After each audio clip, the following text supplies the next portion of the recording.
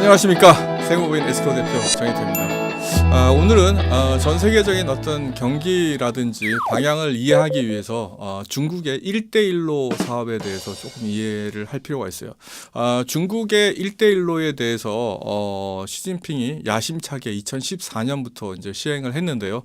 이게 어떤 건지 또 그리고 전 세계적으로 어떤 영향을 주었는지 그리고 지금 중국 경제에는 어떤 영향을 미치고 다른 미국이라든지 이런 국가들에 대해서는 어떤 대응책을 중국의 1대1로 정책에 대해서 마련하고 있는지 뭐 이런 이야기들을 좀 해볼까 합니다. 뭐 어떤 사람이 뭐 중국의 1대1로는 신무역 전쟁, 미국이 이제 세 가지 정도를 가장 중시하는데요.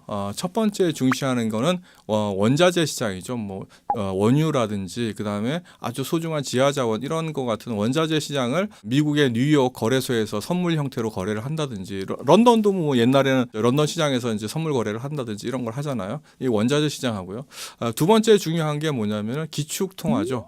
미국이라는 달러화가 기축 통화로 돼 있고요. 중국이라는 위안화가 전 세계적으로 어느 정도 유통되어지고 무역 결제 수단을 쓰고 있을까요?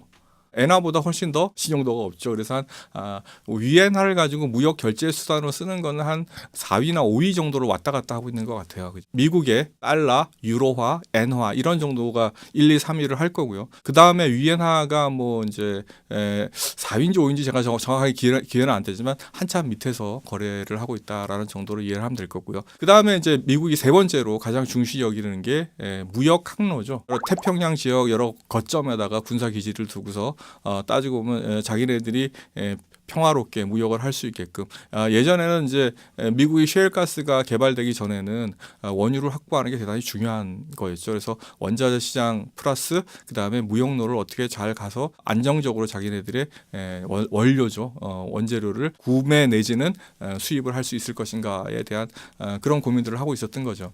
자, 근데 중국은 이제 여러 가지 의미에서 이 1대1로를 합니다. 실크로드라고 얘기를 하죠. 이제 5가지 정도 합니다.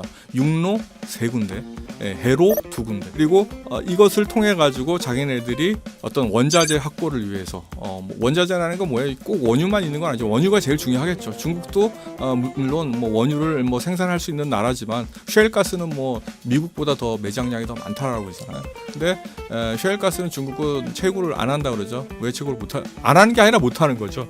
일단 기술이 없죠. 그 다음에 대부분 중국의 셰일가스는 저기 좀 건조한 지역에 있는데 셰일가스를 채굴하는데 제일 중요한 게 뭐냐면 물이죠. 물이 엄청나게 들어가는데 그거를 물을 끌어와 가지고 그거를 아주 강력하게 뭐 이렇게 하려고 그러면은 기술적으로 불가능한가 봐요. 있으나 경제성이 없다라는 거죠. 중국 같은 경우에는요. 그래서 어떻게 해야 돼요? 수입해야 돼요. 그죠? 그렇기 위해서는 안정적인 무역 항로가 필요하죠. 그 무역 항로 군데군데 누가 있어요? 미국이 있어요 지금요. 그러니까 중국이 마음대로 미국이 차단해버리면 중국은 굶어 죽죠.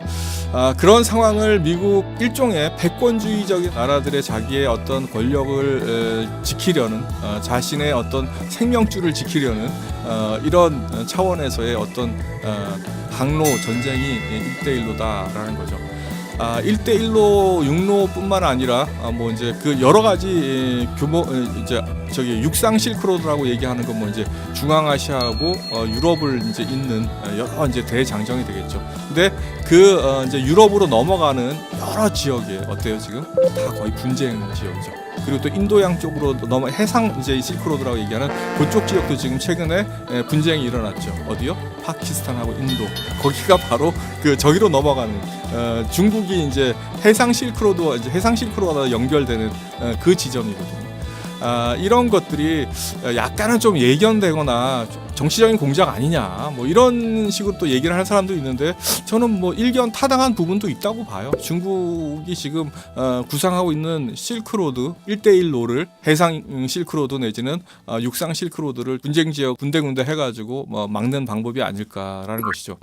근데 이 1대1로의 핵심이 뭐예요? 이제 해상 거점 지역이 있을 거 아니에요. 뭐 항구라든지 항만이라든지 또 육상에도 거점 지역이 있어요. 되게 중요한 실크로드로 가는데 계속 길만 있는 게 아니라 중간 중간에 뭐가 있어야 돼. 도시도 있어야 되고 뭐 잠자는 곳도 있어야 되고 막 이런 거점 도시들이 있어요. 이 거점 도시들에 중국이 뭘 돈을 빌려준다는 거죠. 돈을 빌려주고 이런 주변에 있는 나라들이 좀 못 사는 나라들이 많아요. 우리나라 빼고 그죠. 우리나라는 그래서 뭐 실크로드에 지금 뭐 연결할 수도 없는 상황이지만 어쨌든 간에 돈을 빌려주고 소위 말하는 이제 미국이 봤을 때는 이 지원이라는 미명하에서 뭐 이제 차관도 주고 뭐 기술도 주고 소위 뭐 학교도 지워주고 옛날에 뭐 이런 원조 형식으로 다 뭘 주는데 그냥 주는 게 아니죠. 뭐. 빌려주는 거죠. 그리고 나중에 못 갚으면 어떻게 해요? 뺏어버리려고 그러는 거죠. 이런 짓거리들을 벌써 2013년에 시작해가지고 계속해 왔다라는 거예요. 이거는 뭐가 드는 일이에요? 돈이 드는 일이에요. 중국이 엄청나게 이거에 대해서 돈을 투자를 했다라는 것이고요. 그리고 중국이 가지고 있는 엄청난 힘이 있죠. 뭐 그 돈 안 갚으면 가만두겠어요?